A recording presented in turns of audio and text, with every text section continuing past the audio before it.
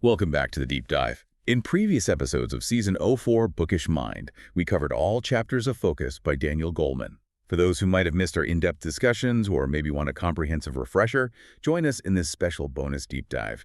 We're pulling back the curtain on the subtle faculty of attention and exploring its profound impact on navigating life and achieving excellence. Our mission today is really to help you, our listener, grasp the surprising facts and, well, the practical applications of this absolutely vital mental muscle. We're distilling the most impactful insights from Goleman's work, offering a shortcut, if you will, to understanding how attention sculpts our individual lives, shapes our relationships, and even charts the course for our global future. Let's get into it. So Goleman kicks things off with this powerful analogy. Attention as a muscle. Sounds simple, right? It does, but it's profound. He argues that, much like a physical muscle, if you neglect it, it withers. But if you train it wisely, it grows stronger. What's the most striking implication of thinking about attention this way? Well, what's fascinating, I think, is the immediate sense of agency it gives us. You know, you're not just stuck with the attention span you were born with. It's something you can actively cultivate. And this concept becomes particularly urgent when we confront what Goleman calls the digital distraction dilemma. Oh, yeah. You see it everywhere, don't you? The book paints a pretty stark picture. Yeah. This pervasive inability to sustain concentration, largely thanks to our digital world. The constant urge to check emails, notifications, social media. It's almost involuntary now, isn't it? It really is. And that constant urge often manifests as what sociologist Irving Goffman called an away. It's a subtle signal, you know, that you're mentally absent, kind of disinterested in the present moment or the person right in front of you. This chronic distraction, it's leading to a noticeable decline in our ability to read nonverbal cues face to face. It impacts the depth of our conversations. Yeah, I can see that. Think about younger generations, maybe very fluent in keyboard communication, but perhaps less adept at those real-time social nuances. And it goes beyond just social interactions, doesn't it? The book highlights this troubling trend, people taking prescription drugs for attention deficits. Not because they have a diagnosis necessarily, but as routine performance enhancers. Right. Some are even faking symptoms to get them, apparently. It really brings to life that warning from Herbert Simon, doesn't it? A wealth of information creates a poverty of attention. Precisely. And to understand how we've arrived at this poverty, we need to grasp the core mechanics of attention itself. Goleman uses William James's definition of selective attention. You know, the sudden taking possession by the mind of one of what seems several simultaneously possible objects or trains of thought. Right. It's basically our brain's neural capacity to pick one target and consciously filter out everything else. That's the part that always fascinates me. How does the brain actually do that? It's like tuning out a cacophony, whether it's loud music or a busy newsroom, just to focus on one thing. It's a remarkable feat, really. The prefrontal regions of your brain, sort of the brain's executive control center, contain specialized circuitry.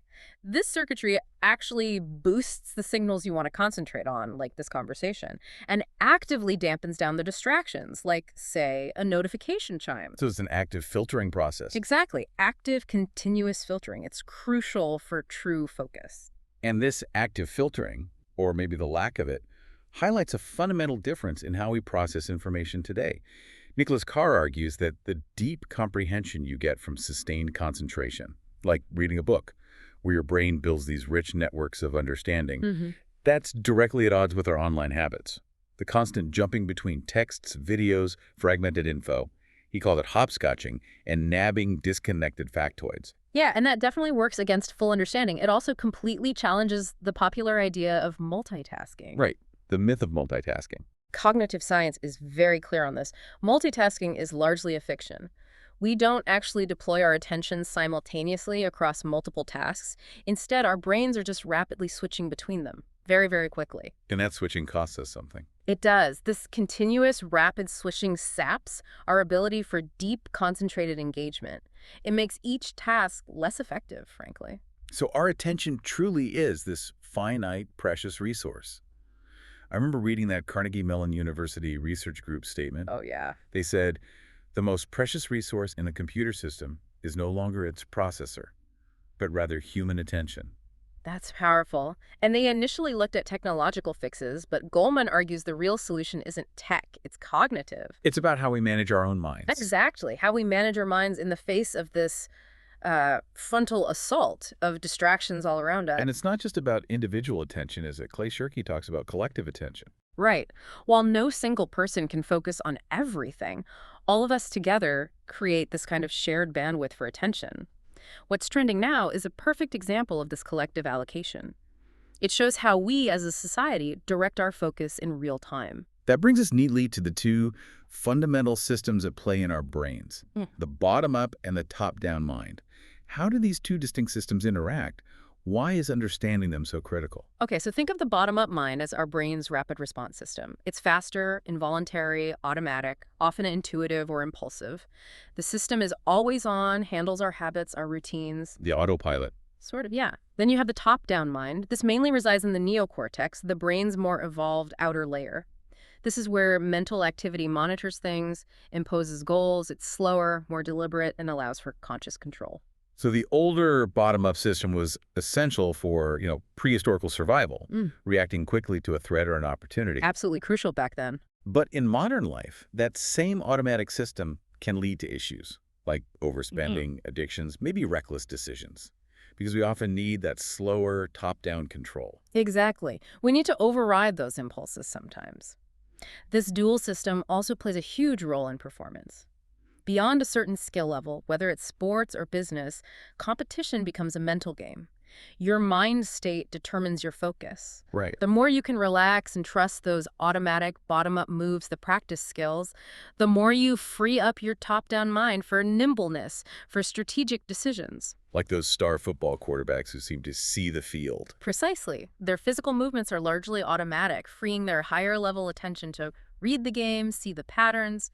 It's a bit of a paradox, though, isn't it? Getting too analytical, too self-critical, that can lead to choking in performance. Absolutely. Overthinking ruins flow. It applies to everything, from sports to, even trying to force relaxation when you're stressed. Things go best when we just let our trained skills flow. And this struggle between the two systems, it gets exacerbated by chronic cognitive overload, something so common today with all the digital noise. It actually depletes our self-control resources, making us more susceptible to temptations. Like reaching for junk food. Exactly. There's research linking the rise in obesity over the last few decades to the explosion of tech gadgets. The idea is that overload makes us mindless, makes us reach for those easy, unhealthy options. Wow. That's a profound connection between digital habits and physical well-being. It really is. And it's not just our personal choices either. Marketing researchers exploit this bottom-up awareness all the time. They use subtle, unconscious cues, like flashing happy faces too quickly to register consciously alongside a picture of a drink, to influence purchasing. So we don't even realize it's happening. Right. The book emphasizes that people are often massively unaware of these powerful subconscious forces shaping their choices. Our attention can also be, hijacked by our neural systems. Yes, the amygdala, our brain's sort of alarm center, can swiftly capture the right prefrontal area. That leads to an emotional hijack. Think of an irrational outburst, snapping at someone. We've all been there. But here's the good news. The left prefrontal area can send calming signals. It acts as an emotional regulator. Emotional resilience, which is basically how quickly we recover from upsets, is strongly linked to greater activation in this left prefrontal area. People who bounce back fast show more activity there. So it implies we can actually train our brains to recover faster. We can build resilience. That's the exciting implication, yes. We can train that emotional muscle. But what about just life on automatic? You mentioned that amusing anecdote Goleman shares about his friend in a restaurant. Oh, right. The friend is deep in a story. The server asks, "Are you enjoying your lunch?" Yeah. But the friend, totally on autopilot, just hears the pattern of a question about finishing and mutters, "No, not yet." Haha, yeah. It's a perfect illustration of reacting to a fixed template, a mental shortcut, instead of the actual moment. It absolutely is. And Harvard psychologist Alan Langer's copier experiment demonstrates this mindlessness beautifully. People would let someone cut in a long line just by saying, "Excuse me, I have 5 pages. May I use the Xerox machine because I have to make some copies?" Even though everyone else was there to make copies too. Exactly. The phrase, "because I have to make copies," offered no real reason, but it fit the template of a reason, so people mindlessly complied. It highlights how often we operate on autopilot. So the insight is just the power of noticing, of engaging that top-down attention and asking a simple why. Precisely. Shifting from mindless reaction to mindful awareness. Okay, let's pivot slightly. There's this implicit bias, isn't there, that focused, goal-driven attention is always the best kind. But the book challenges that. It suggests there's real value in a mind adrift. Apparently about half of our thoughts are daydreams. Why might a wandering mind actually be a good thing? Well, what's surprising is that mind wandering, which is kind of the brain's default mode when it's not focused on a specific task, isn't always just distraction. Research suggests it often operates in the service of solving personal concerns or even fostering creative insights. Really? How? It seems to involve different modes orienting ourselves, maybe some selective attention, even open awareness. And intriguingly, brain systems involved in mind wandering are often active just before creative breakthroughs. Huh. We even see this sometimes in adults with attention deficit disorder, ADD. People like Richard Branson, for example, who have ADD but also show exceptional creative thinking and achievements. So what might look like a disorder could actually be linked to a heightened capacity for original thought, turning a perceived weakness into a potential strength. It can be, yes. It's a different way of processing information. However, it's also important to note that the likelihood of achieving those creative insights diminishes if you're either hyper-focused or just completely scattered and distracted. So there's a sweet spot. Exactly. The ideal scenario for genuine insight is often described as a creative cocoon, a space with clear goals, but also freedom to explore and protected time to think without constant interruption. Moving from the wandering mind to self-awareness. The book introduces this as another essential form of focus, attuning us to our body's subtle physiological reactions, which reflect our accumulated experience. How does this connect to our inner rudder? It's about listening to our internal signals, really. Goleman uses the example of George Lucas, insisting on creative control for Star Wars, even when he was struggling financially. That commitment, Goleman argues, stemmed from his deepest values, his inner rudder. And where do those values reside? They seem to be housed in these subcortical neural networks, often connected to the gut. Our brain harbors our deepest sense of purpose in these ancient regions. They don't communicate well with our verbal areas, but they communicate richly with our visceral sense, that feeling of what's inherently right or wrong for us. So our gut feelings are literally messages from these deep brain regions, maybe mediated by the insula. That's the idea. The insula is a brain region that maps our body's internal states and feelings. Research shows the better people are at sensing their own heartbeat, for instance, the larger their insula tends to be, and the better their intuition, their gut feelings. Wow. So it's a physical connection to our deepest sense of self and our accumulated wisdom. You could put it that way, yes. And this self-awareness also helps us see ourselves as others see us, which is crucial, obviously. The book recounts that story of the no jerks allowed tech officer. Oh, right. The guy who was completely oblivious to his own bullying behavior. Exactly. He just couldn't see it. It highlights how a lack of self-awareness can leave people genuinely clueless about their impact on others. And this is where something like a 360-degree evaluation can be a really powerful tool. You rate yourself on various competencies, and then a dozen or so people who know you well rate you anonymously. And the gap tells the story. The gap between your self-perception and their ratings is a direct measure of your self-awareness, or lack thereof. It's a real-world application of Robert Burns' famous wish. Oh, that the gods the gift would give us, to see ourselves as others see us. We build our sense of self through these social mirrors. Exactly.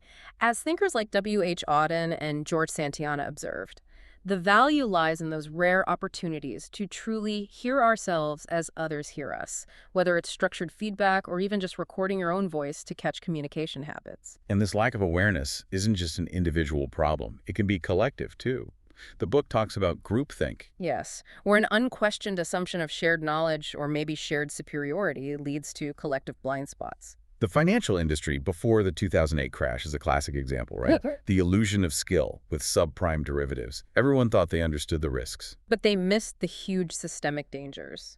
This is often made worse by the better-than-average effect, that common cognitive bias where most people, maybe most groups, overrate their own abilities. So how do you overcome groupthink? You need diverse perspectives. You need people willing to challenge the consensus. And you need transparency. Goleman calls it sunlight. He gives the example of TrustCloud, a cloud computing company that faced a server crisis. Instead of hiding it, they openly shared the problems on a website. Counterintuitive, maybe. Perhaps, but it worked. Customers were reassured by the sheer transparency, the vulnerability. It built trust and resolved the crisis. It shows that openness can be a strength. overcoming those collective blind spots. Okay, so how do we actually cultivate these crucial skills, this blend of self-awareness and self-management? Goleman argues executive attention is the key mental tool. Yes, executive attention helps us regulate emotions and impulses, and this is deeply linked to what we often call willpower. The Danayan study, that amazing longitudinal study following children into adulthood in New Zealand, found something What remarkable. was that? A child's level of self-control, measured early on, was a more powerful predictor of their adult financial success, their physical health, even their likelihood of having a criminal record, than their social class, family wealth, or even their IQ. Wow, that's staggering. Willpower is destiny almost. It really suggests that, and it implies we can teach children skills that profoundly impact their entire life trajectory. It reminds me of that Cookie Connoisseur Club segment from Sesame Street. Alan teaching Cookie Monster to savor the cookie, not just gobble it down. Yes.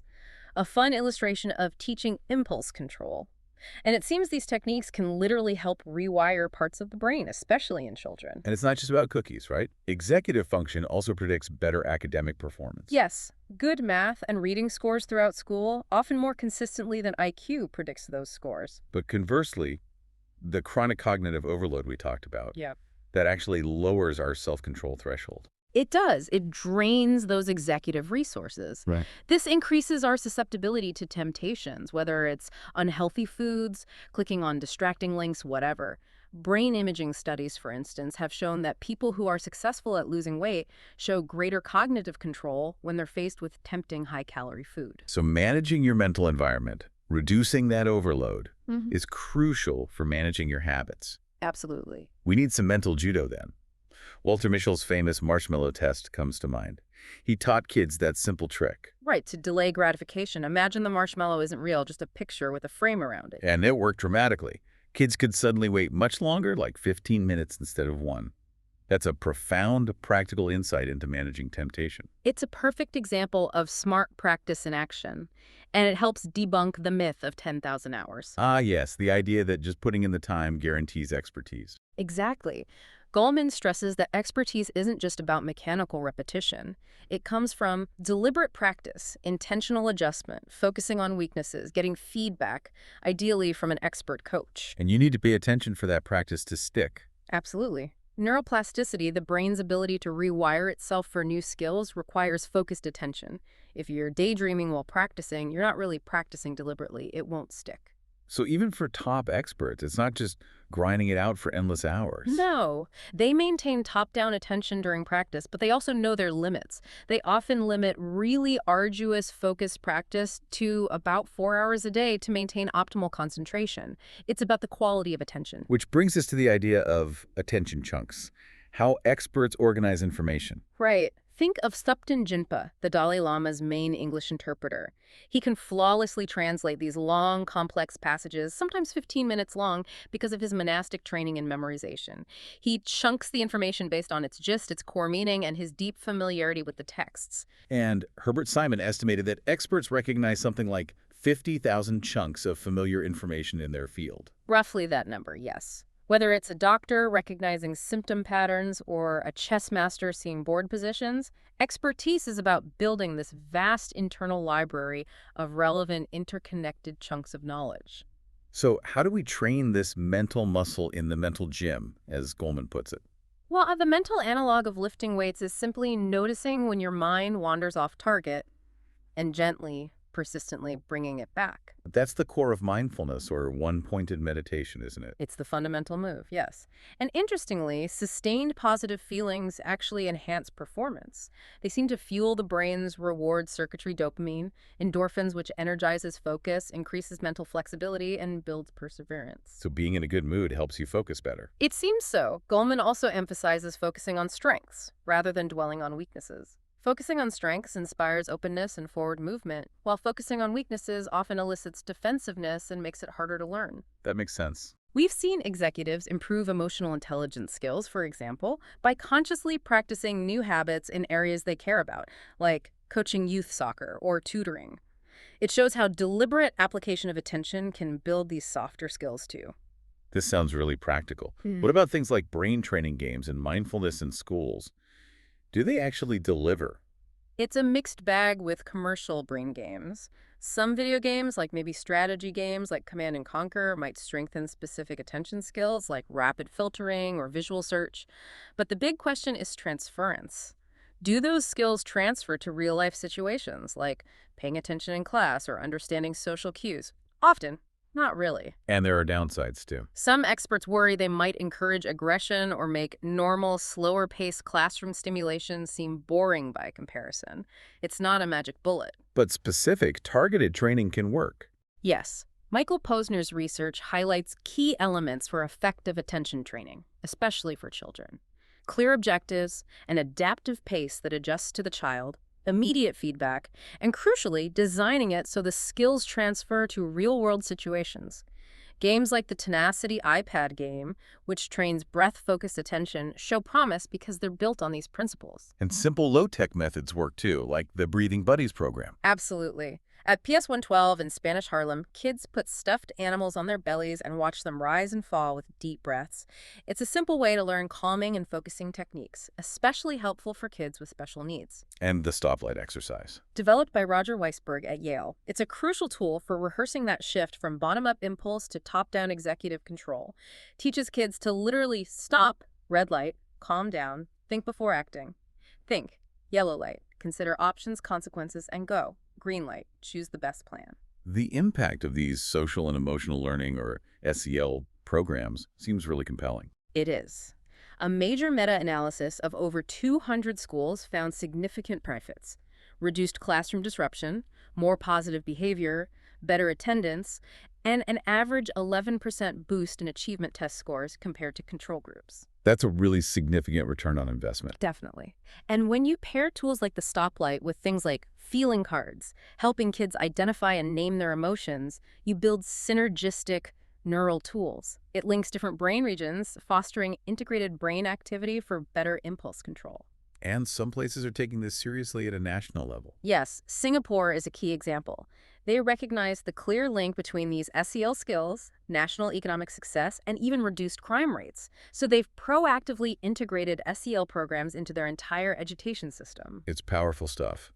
And it extends beyond childhood into the workplace. Yeah. Mindfulness isn't just for schools, it's being used in high IQ places like Google. Right, through courses like Search Inside Yourself, and the benefits reported by participants are quite striking. Such as It's increased self-awareness, better empathy, improved self-regulation, but also better concentration and efficiency, especially in managing all the distractions in a modern office. how does mindfulness achieve that neurologically? Well, the insight here is that mindfulness training seems to decrease activity in the brain's mass circuitry, particularly the medial prefrontal cortex. This network is involved in self-referential thought, mind wandering about ourselves. Quieting the circuit leads to less self-talk, less rumination, and a greater capacity for just being present here and now. And that enhanced executive function, strengthened by mindfulness. Yeah. It widens the gap between impulse and action. Exactly. It creates new decision points, more freedom of choice rather than just reacting automatically. It really makes a strong case, Goleman argues, for teaching these impulse control and awareness skills to every child, systematically, not just leaving it to chance. Okay, so shifting to leadership, how do leaders pull all these threads together? The book introduces this idea of a triple focus for leaders. Yes. Inner focus, which is self-awareness, other focus, which is empathy, and outer focus, which is systems thinking. And leaders need all three. Absolutely. This triple focus is essential for navigating complexity. Leaders like Steve Jobs, for instance, mastered simplification through what Goleman calls relentless filtering. But to filter effectively, you first have to deeply understand the complexity you're simplifying. Cultural shifts, market changes, they constantly open new possibilities, demanding a fresh focus from leaders, not just relying on old strategies. The insight is that great leadership requires dynamic allocation of attention across these three areas. Let's break them down. Inner focus, self-awareness. Essential for inspiring leadership. Critical. You need to be attuned to your own emotional reality, your deepest values, to lead authentically. But as we discussed, mental overload, chronic stress, even sleep deprivation. These things deplete the executive circuitry needed for that self-awareness, for cognitive switching, for staying out of mental ruts. Then there's other focus, empathy. The book says poor listening is epidemic. Sadly, yes. But attentive listening pays incredible dividends. Goleman tells the story of a CEO who resolved a really difficult, long-standing land dispute simply by listening intently for 15 minutes, truly hearing the other party's perspective without interrupting. A simple act, but powerful. Immensely powerful. Contrast that with Tony Hayward, the BP CEO, during the catastrophic Deepwater Horizon oil spill. Oh, I remember that. His public statements often came across as annoyed by the inconvenience, lacking genuine concern for the victims. It was a clear failure in self-management, empathy, and understanding his impact. But failure of other focus. And likely inner focus, too. The most successful leaders, research shows, are genuinely motivated to help others develop and succeed. This impacts everything from customer service to employee engagement and group performance. And finally, outer focus systems thinking. This is crucial for seeing the bigger picture, right? Right. Vital. The downfall of BlackBerry is a classic example of organizational rigidity, a failure of outer focus. They failed to scan the horizon to see the telling detail, the rise of the iPhone, and the shift towards apps and touchscreens and adapt. They dismissed it. Exactly. Clay Shirky perfectly captures this corporate blind spot. Organizations often waste precious time dismissing a major change first as minor, then maybe a niche, then a fad, until it's too late and the world has fundamentally shifted. So organizations need to be, what, switch hitters? Or ambidextrous, as some researchers call it, able to innovate, explore new territory, outer focus, while also efficiently managing existing operations, more internal focus. Kodak, brilliant at analog photography, famously stumbled with digital cameras despite inventing one early on. Survival mode narrows focus, but prosperity doesn't guarantee that balance either. No, it doesn't. And there's even a neural challenge here, identified by Richard Boyatzis. The brain circuits for goal-focused work and those for social scanning, for empathy, tend to inhibit each other. So you can't easily do both at once. It's difficult. Successful leaders need to be able to cycle rapidly between these modes, task focus and people focus, internal and external scanning. Dynamic attention management is key.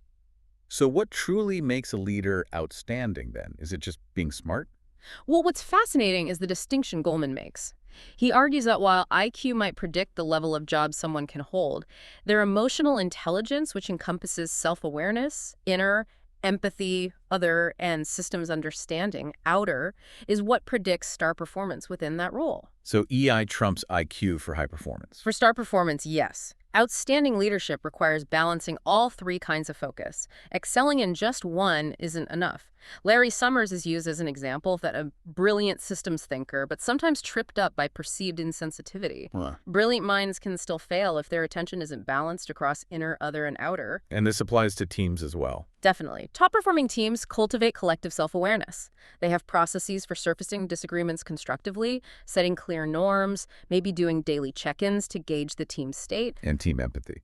That extends both inward sensitivity among members and outwards, towards customers or stakeholders. And equally important is the team's collective outer focus, staying aware of the broader business environment, competitors, emerging trends. It's about a shared collective triple focus. Which brings us right to the biggest picture, leading for the long future. This requires attention that stretches far beyond the next quarter's results. Absolutely. Goleman introduces Alvin Weinberg, a nuclear physicist who acted as a kind of conscience for his field back in the mid-20th century. He warned early on about long-term dangers like nuclear waste disposal and the potential impacts of CO2 emissions.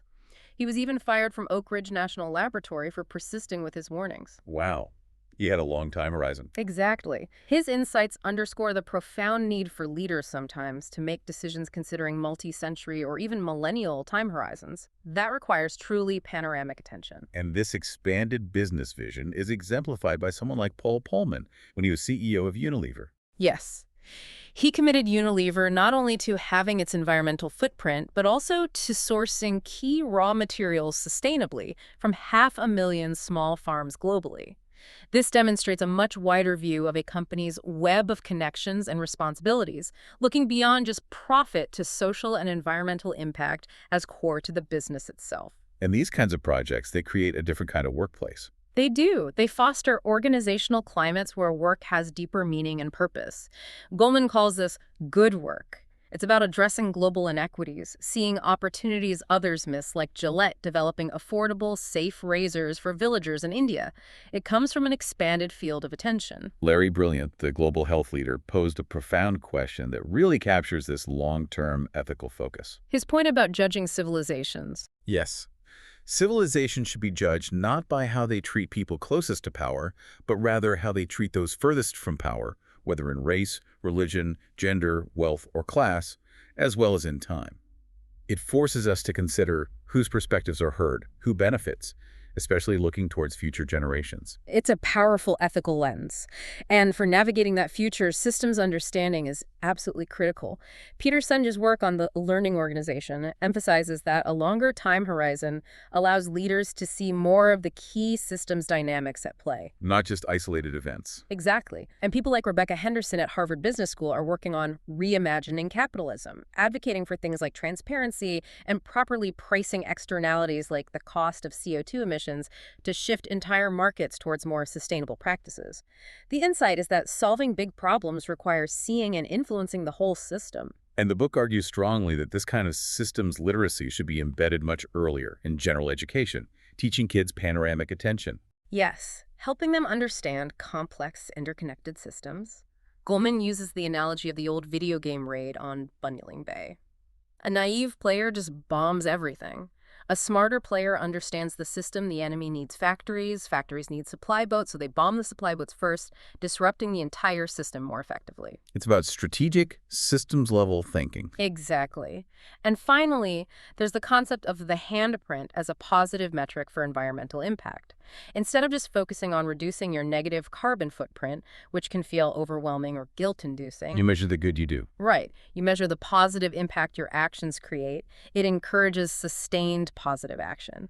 And this ties into Paul Hawken's perspective in Blessed Unrest, that huge systemic problems like climate change aren't solved by one single silver bullet, one Archimedean point of change. Instead, they're healed through countless widely dispersed, often small-scale efforts bubbling up all over the world. It's about collective, decentralized attention creating massive emergent change. So wrapping this up, this deep dive into Daniel Goleman's focus has really revealed the profound importance of attention in all its forms. You've got the inner focus for self-awareness and managing ourselves, the other focus for empathy, connection, and relationships, and that crucial outer focus for understanding complex systems and seeing the big picture. Exactly. And cultivating this subtle faculty of attention, as Goleman calls it, isn't just about boosting individual success or productivity. It's fundamentally about our collective ability to navigate life effectively, to achieve excellence, for ourselves, yes, but also for our teams, our communities, and perhaps the long future of our planet. So as you reflect on our discussion today, here's a final thought to consider. How might cultivating just one of these forms of attention, inner, other, or outer, transform a specific challenge you're facing in your own life or work this week?